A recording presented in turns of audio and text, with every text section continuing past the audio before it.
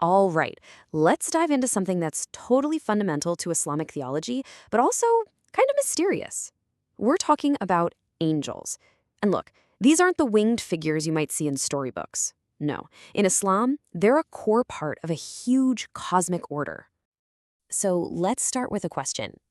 What if the universe was just humming with invisible beings, all carrying out a divine plan? I mean, think about it. Beings delivering sacred messages, managing the forces of nature itself. Well, that's exactly the world we're going to step into today. Okay, so to really wrap our heads around the role of angels in Islam, we've got to see where they fit in the big picture. And trust me, they're not some minor detail or a footnote. They are a foundational pillar of the faith. And that foundation, well, it's built on 6 core beliefs. These are known as the pillars of Iman. We're talking about 6 absolutely essential things a Muslim has to accept to have, complete faith. And here's what's so important. Right after believing in God, the very next thing on the list is believing in his angels. This isn't some optional extra. It's the second article of faith. It's just as fundamental as believing in the holy books, the prophets, or the Day of Judgment. So what does that tell you?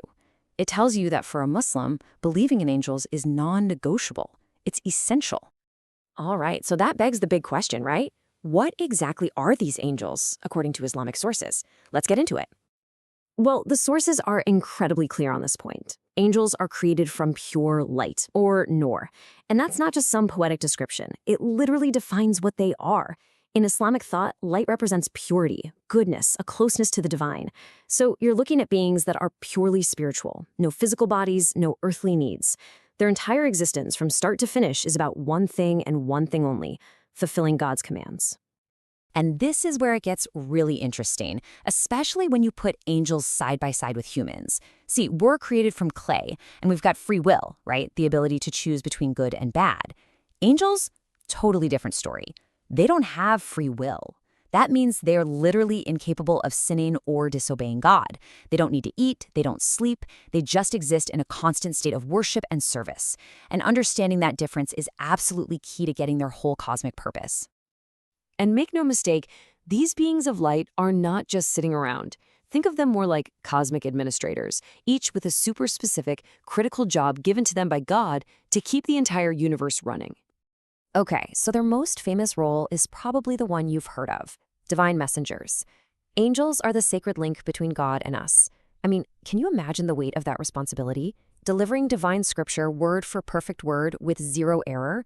Of course, the most famous example is the archangel Jibril, that's Gabriel, who delivered the entire Quran to the Prophet Muhammad over a period of 23 years.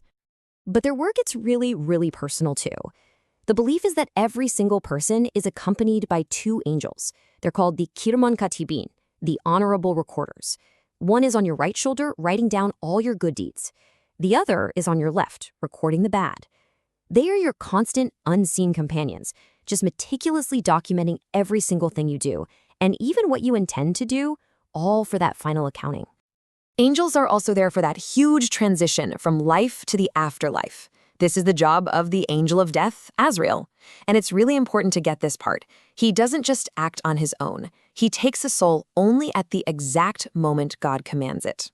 So in this view, death isn't this random, chaotic thing. It's a precise, divinely ordered step on your journey.